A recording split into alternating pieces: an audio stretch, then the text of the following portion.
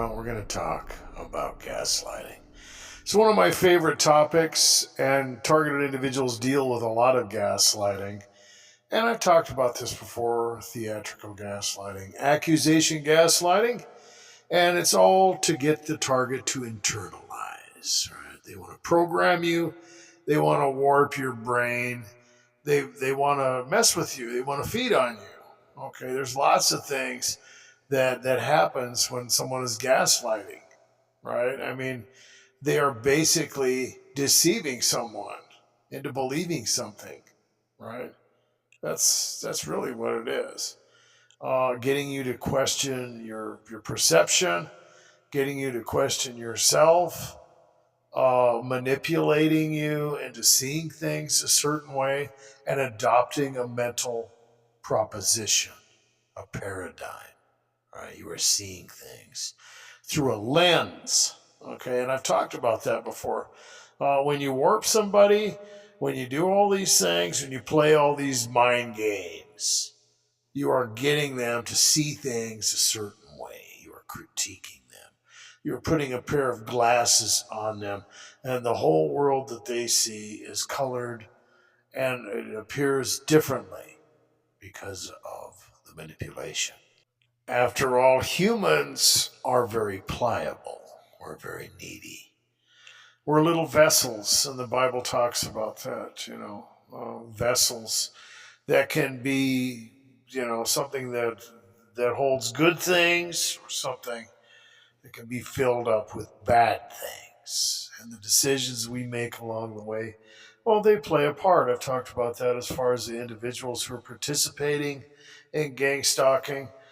They think that they're at the top of the heap. They think that they are winning. They think that they have privileges. They think that they're getting away with this stuff. They think that they're smart. They think a lot of things. But really, they are being filled up with impurities, with corruption, with condemnation. And of course, it hasn't been made manifest yet. But, there's things that we have to deal with. There are things that are happening. There are a lot of little schemes that are going on, a lot of little games that we are playing. And of course, behind that, well, there's a lot of motives. Okay. And I've talked about the fact that, when you get into theatrical gaslighting, a group is very effective. And of course, since we're talking about gang stalking, it fits perfectly, right? And targeted individuals are like that. They're getting attacked in a multifaceted scenario, right? From left, from the right, from everywhere, from their family, from strangers, from people at work. It's everywhere. Okay, there's all kinds of little games. And the trick is to distract the targeted individual, right? They're playing so many different games of chess at once that it's really hard to even keep track of the fact that you're playing a game. All right, there's just so many things that are up on the table that it's hard to keep track of everything. You've got to watch this. You've got to look at that. You've got to maintain your employment. You're worried about financial issues. You're worried about social issues. You're worried about being attacked. You're worried about the people in your neighborhood. You're worried about people breaking into your house. You're worried about them tampering with your food. You're worried about getting attacked with directed energy weapons. You're worried about this. You're worried about that. It never stops, and you're distracted. And with all the distractions that the targeted individual is dealing with, they can forget what's happening. I am not suggesting that you're going to forget that you're being stalked, okay, that you're being harassed, that you're dealing with gang stalking, but you are going to forget how scientific this stuff is. You're going to forget the motive because you're going to be distracted. It happens to me. It happens to everyone, right?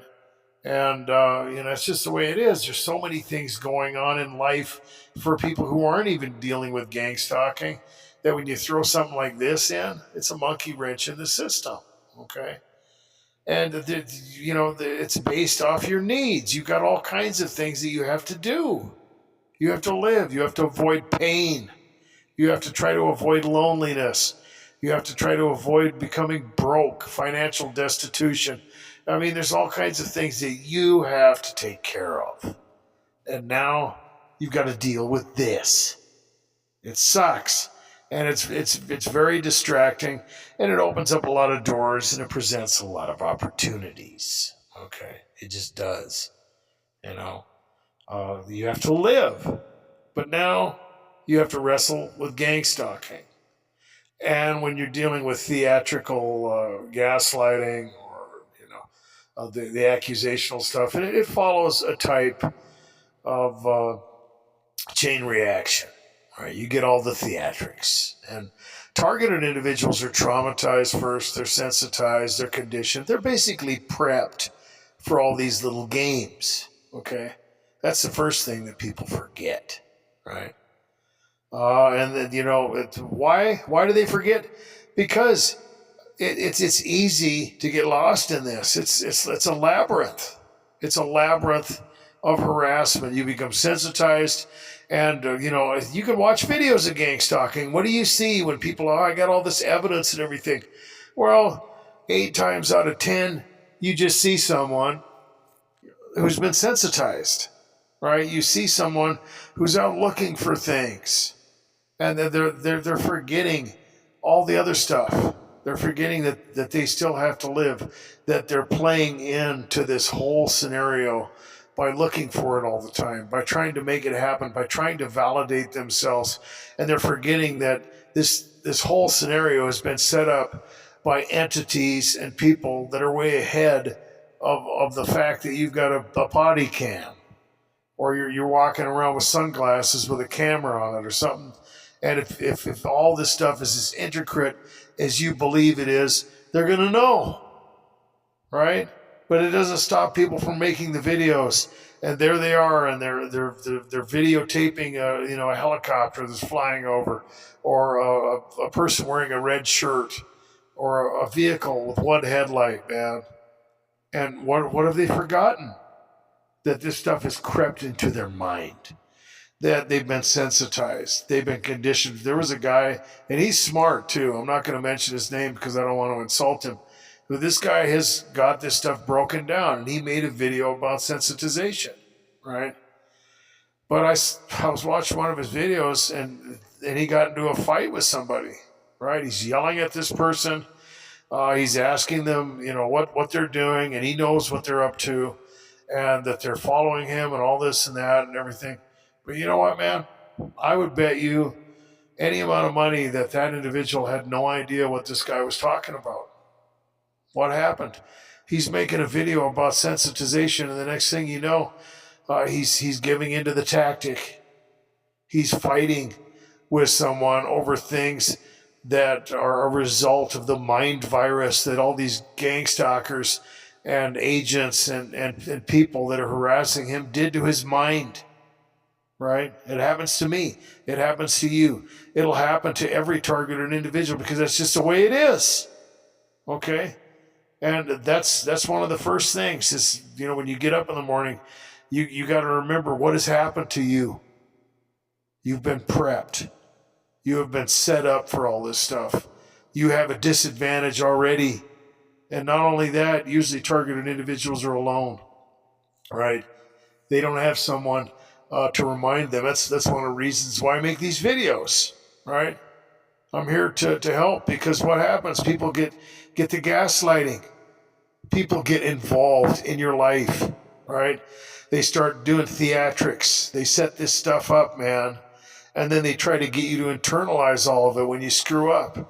Why do you screw up? Because you're being driven nuts, right? You're being sensitized and conditioned. Right? And when you make a mistake, which you're inevitably going to do, what do? They maximize on it. Right? Not only are you jumping from one foot to the next, not only are you trying to manage all these things, you're being attacked, right? And there's an effect from that. You're having a hard time concentrating. You're feeling anxious, right? You're grumpy. You don't have a lot of emotional energy anymore. And then what happens? Well, you get the theatrical gaslighting, and then you get the accusations, and that's the accusation gaslighting. And in case you're not following me, I'll give you an example. It's like when someone becomes involved with a narcissist, okay? someone who just wants to suck the life out of them and control them and, whatever, feed on them. And of course, they get the love bombing. They're telling you everything you want to hear, right? They lift you up every time you need it, and they do everything they're supposed to do, and the individual becomes dependent on them, and then they start to isolate the individual. But the individual doesn't know, and of course, now they're in that place where they have to prove their love because they've got you on a hook now, right? They've got that individual feeding, eating right out of their hand, and now they're starting to pull some strings. What are you going to do for me, right? Do you love me? What's going on? How bad do you want it? And of course, you have all these little games being played, and then once the individual is, jumping from one foot to the next, once the individual is completely dependent on that person, right? For everything. They're isolated. It's like being in a cult, you know. They tear you away from your family. They brainwash you. They get you completely dependent on them. They indoctrinate you and everything, and then they start to manipulate you, right? Get you to do stuff, right? And when you're dealing with a covert narcissist or whatever, then what are they going to do? They're going to start controlling you. They're going to start feeding on you, man. They're going to start, manipulating your mind and getting you to internalize things and venting on you and doing all this stuff. And they will use theatrical gaslighting, and then they will accuse you. And a lot of times, it can only go so far. So the covert narcissist, or whoever, whatever kind of narcissist you want to use as an example, will get to that point where it's starting to become obvious. They're contradicting themselves in too many different ways. They're trying to manipulate the individual into thinking that they love them and they care about them. And then after that, they try to get the individual to prove their love to them. And then the whole thing starts to fall apart because it's obvious that love has nothing to do with any of this. Scenario is just completely contradictory. And then what happens is the narcissist will try to discredit the individual because they'll start taking it personal. It's becoming obvious, and their mask is starting to wear thin, right? It's becoming obvious that the person that they tried to get you to believe they were is really not there. Okay, they've been playing a game this whole time. So what happens? Well, they have to discard the victim, right? They have to discredit them because, well, what if they tell people, well, this person is, oh yeah, we love, Bill. He's wonderful. Oh no, he's great. But, the narcissist is usually pretty smart. And so what they're going to do is they're going to set it up in advance when they start seeing this stuff happen. Well, I'm really worried about this person. Oh, they've been acting strange, and they were talking about you too, and they'll set up all these little things, and then what they'll do, like I said, they're going to try and cover their tracks, and so they'll start sucking the life out of this individual and manipulating them, and they'll sensitize them, and the person will become conditioned, and no one knows this stuff is happening behind closed doors, behind the scenes. This person is being tortured, and then they'll set up a scenario. It's kind of like theatrical gaslighting, and of course they'll trigger the individual. Of course, everyone else is prepped. The individual is prepped, and then they blow up or they react or whatever, and all the stuff that's been going on behind the scenes comes out, right? And then they freak out. At least it looks like they're freaking out, right, to everybody else around them. And so the narcissist at that point has won, right? They have used theatrical gaslighting. They have manipulated that individual, and they have manipulated everyone around that scenario, and then they have triggered that individual, and now they're going to use the accusation gaslighting. Oh, you're crazy. You need to go see a therapist. You're nuts. And of course, everybody else, oh yeah, what's wrong with you? Oh my gosh, boy, you're starting to lose it. God, you're just not grateful. You don't care. I mean, Bill has done so much for you. Oh my gosh, And of course, it's enough to even, accelerate the situation and frustrate the target even more. Because, of course, no one sees what's happening behind the scenes, and it all falls on their shoulder. And it's like the tension that a targeted individual feels and deals with, because that's really what you are dealing with, right? No one knows all the stuff that you're dealing with. They have no idea all the pressure that is on you, all the weight that is on your shoulders, all the little attacks that you're dealing with, the workplace harassment, the harassment in your family, the stalking, the strangers, the street theater. They don't know. And there you are, right? What's wrong with you?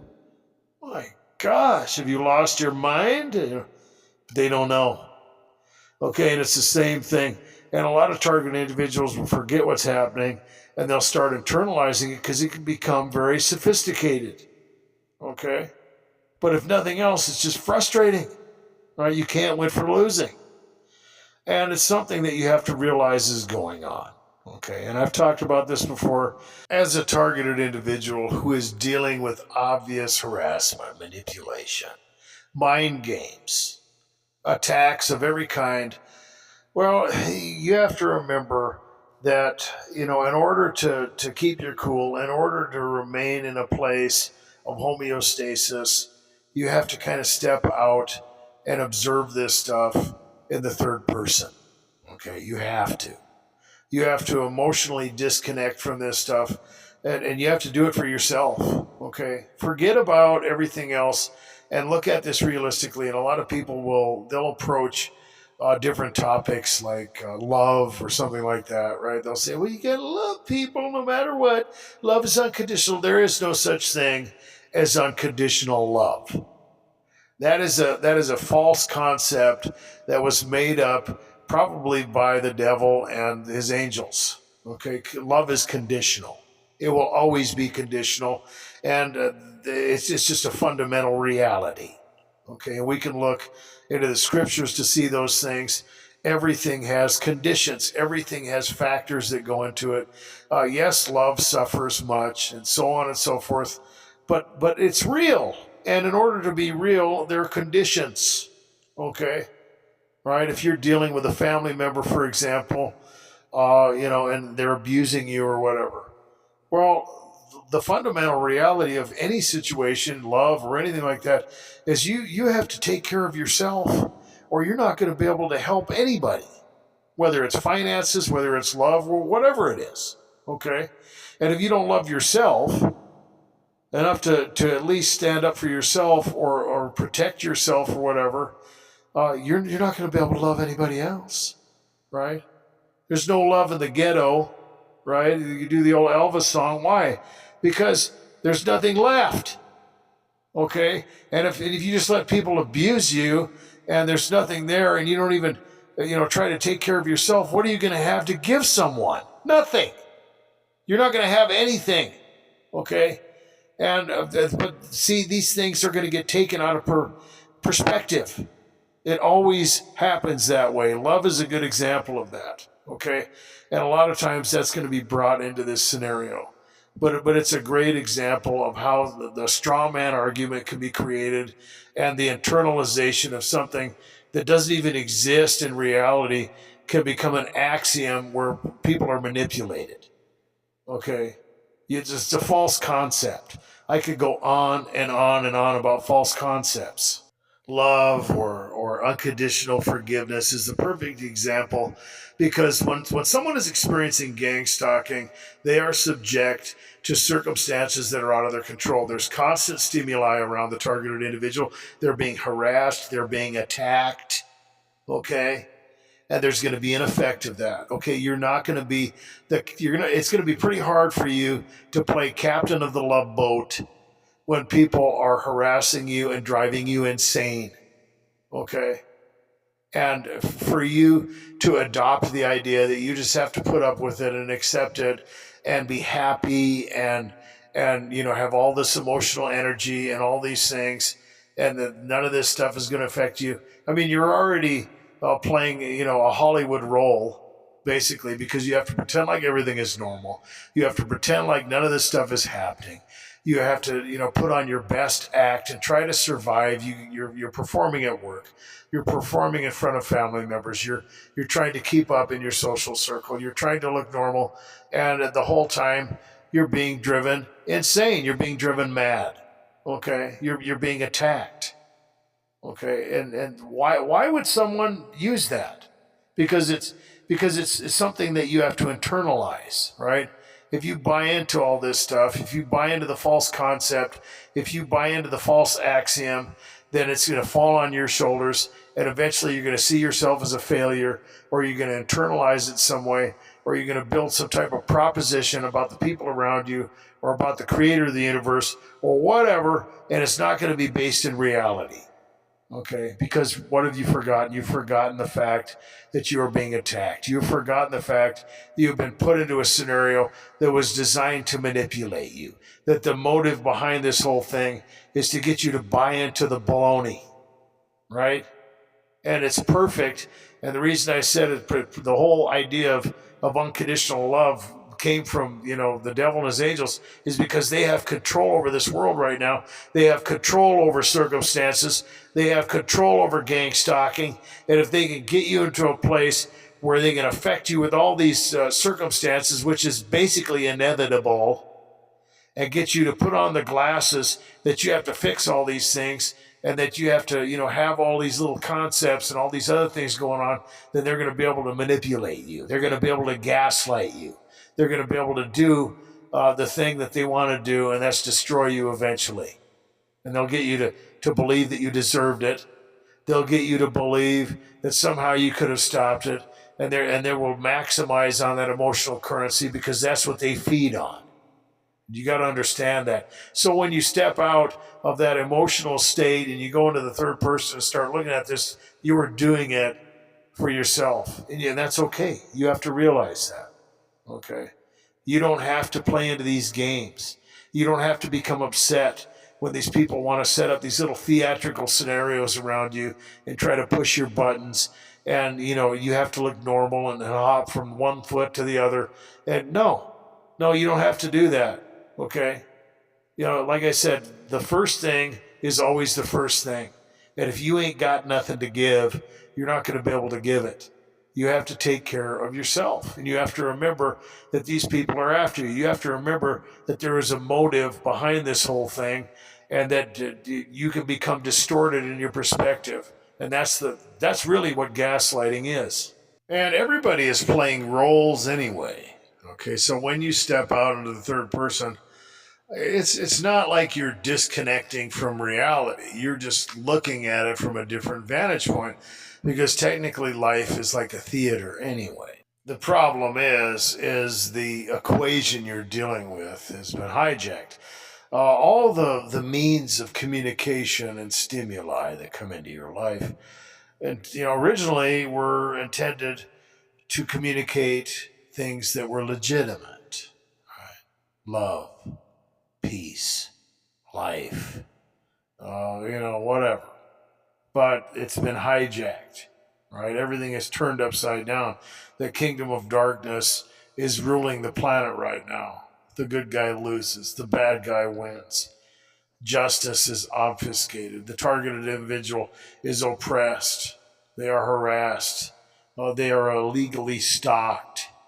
It is not fair. Okay? The rich get richer. The poor get poorer. Everything is upside down. Okay? The beautiful people in the world, they think they have everything, but they end up becoming ugly. They end up becoming conceited. Right? The strong people, they're self-reliant. They're not afraid of anything. But in their independence, they become weak. They are destroyed. Right? All these things have been hijacked.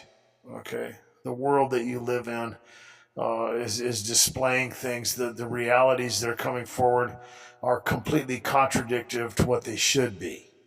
Right? And so you have to remember all these things. And when people are dealing with gangstalking, it's even worse. It's beyond, right? Not only are you dealing with a hijacked equation, but you're dealing with something that is covertly being turned against you, and it is being obfuscated. The people around you don't know, and the people that are in on it, they all know, right? And there's nothing you can do. You can't stop them. You can just try to kind of turn the trajectory that you're being bounced around in into something that's positive. Of course, you can ask God for help, and He can do those things. That's part of the glory that He is displaying. That even though He is allowing these things, and He's allowing it to be real, and He is allowing the devil to make his decisions, and the kingdom of darkness to do their things, it's not intimidating Him. He can still work it out for your benefit. It looks like it's completely chaotic. It looks like it's hopeless. But of course, that's when God does His best work. Okay, it's pretty simple. But you have your job too. Okay. We all have a responsibility. And a lot of the gaslighting is, it comes into play with opportunities. Okay. Everybody's needy. That's one of the best ways to start pulling this stuff off. Like I was explaining with the covert narcissist, that they will get the individual to be dependent upon them, right? You will be needy. And when you get into a place where you're needy, it's dangerous, okay? We all have needs. But, targeted individuals are oppressed in so many different ways, the opportunities open up. You become vulnerable, okay?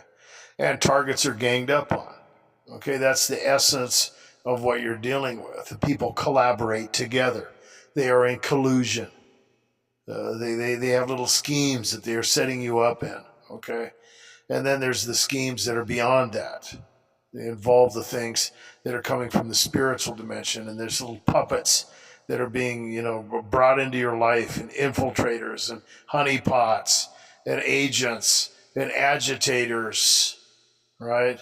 All these things are being done, and there's a disadvantage for you because of all the stuff you're dealing with. Okay, I know it happens to me. I'll give you kind of a funny example, and I've mentioned several times before that targets are pushed. Okay, they might get pushed into a scenario where they freak out, and the whole idea is to put them in a mental institution, or to take their kids away, or to get them thrown in jail, or whatever, man. Push them into doing something. You pick the scenario. And a lot of these things will be used, and tension will be built up in the targeted individual's life. They'll be driven to a point where they're vulnerable, okay? And you're going to be needy. You're probably going to be sleep deprived. So I'll give you the example. And not all of this is going to be something that you guys are going to be able to relate with, unless you've had to go through delirium tremors, or you've had addiction problems, or whatever. Some of you guys are probably going to be able to relate.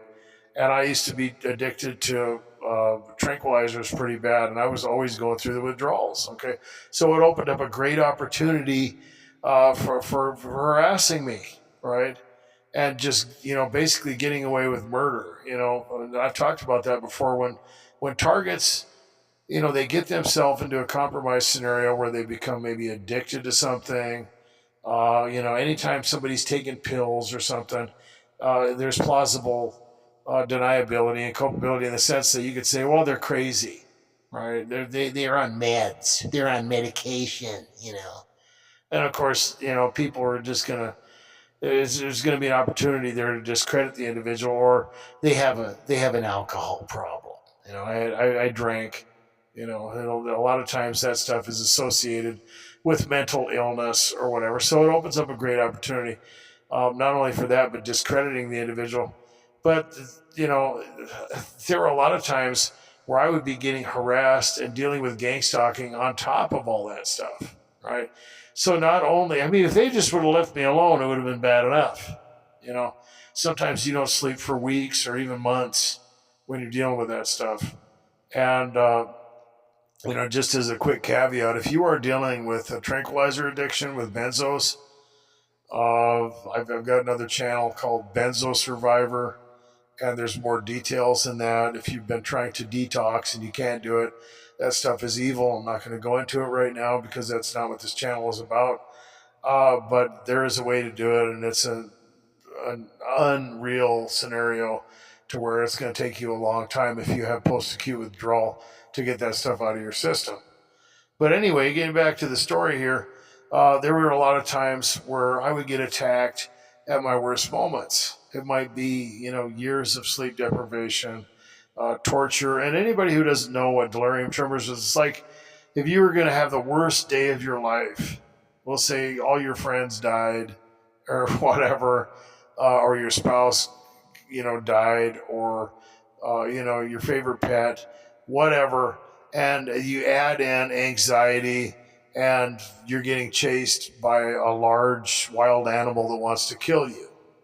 That's, I don't know, probably the best way I could describe what the withdrawals are like, because it's like having a really bad panic attack mixed with a lot of other stuff, and it just depends. So you're very vulnerable, okay? And people would mess with me, man.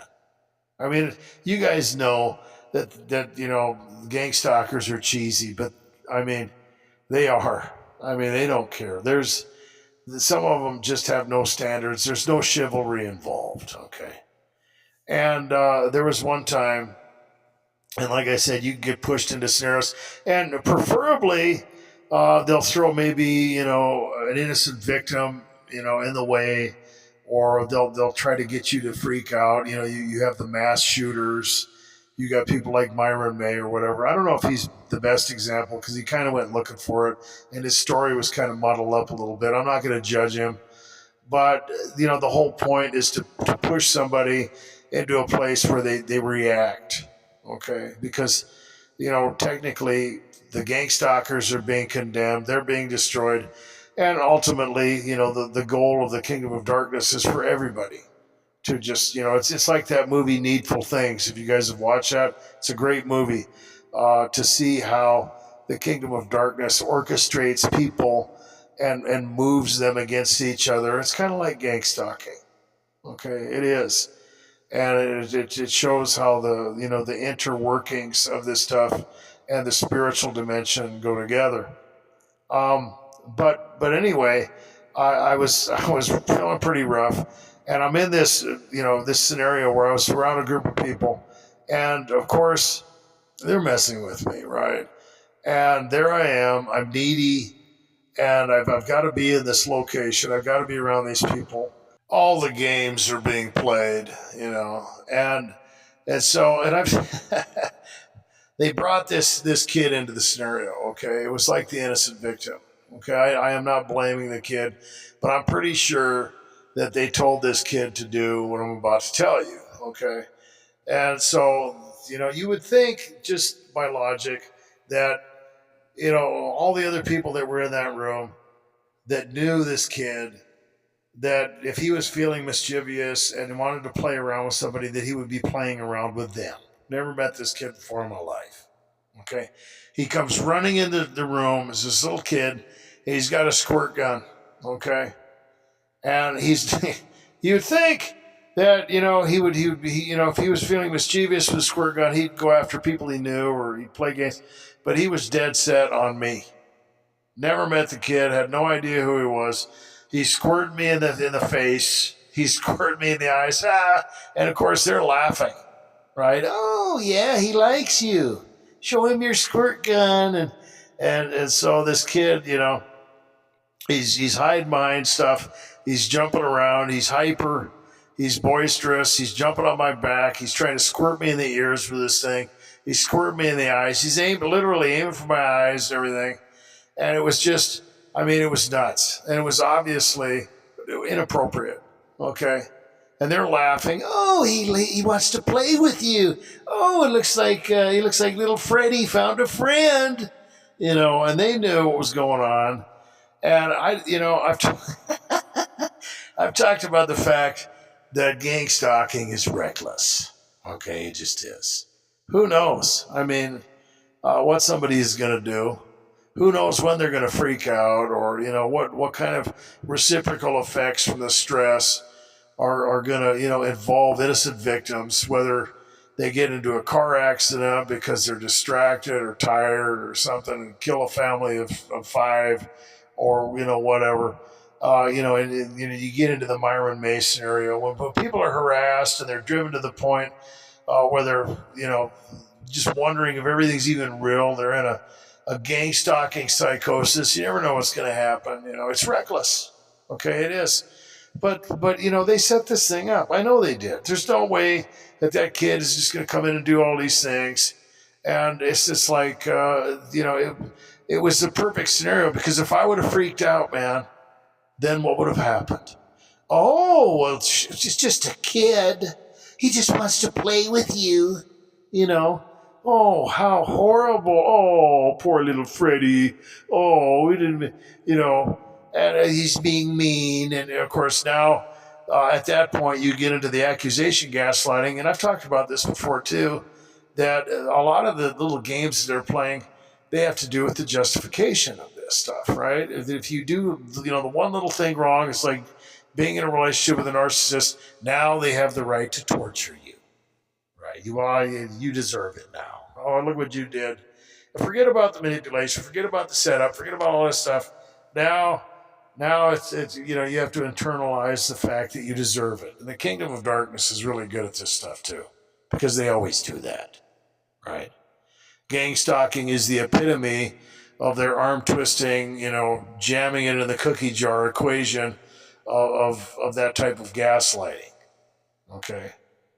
The good news is that God, is willing and desires to forgive people, and He understands what they're doing.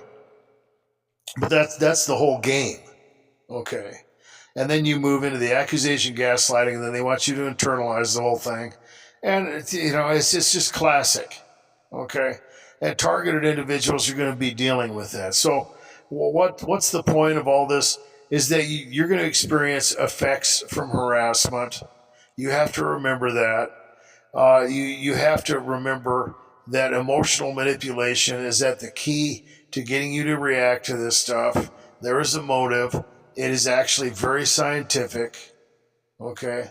And, putting some of the stuff up on a shelf for a while is actually a good idea.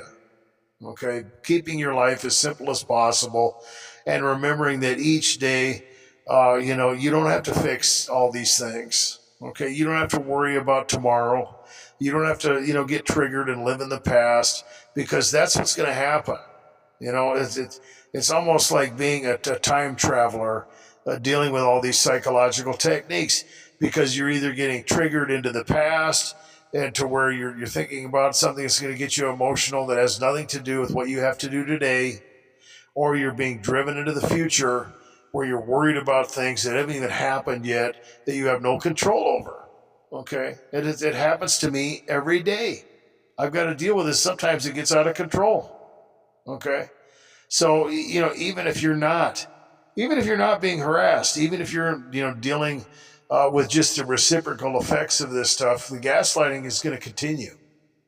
Okay? And they know it. Right? It's just less work for them now.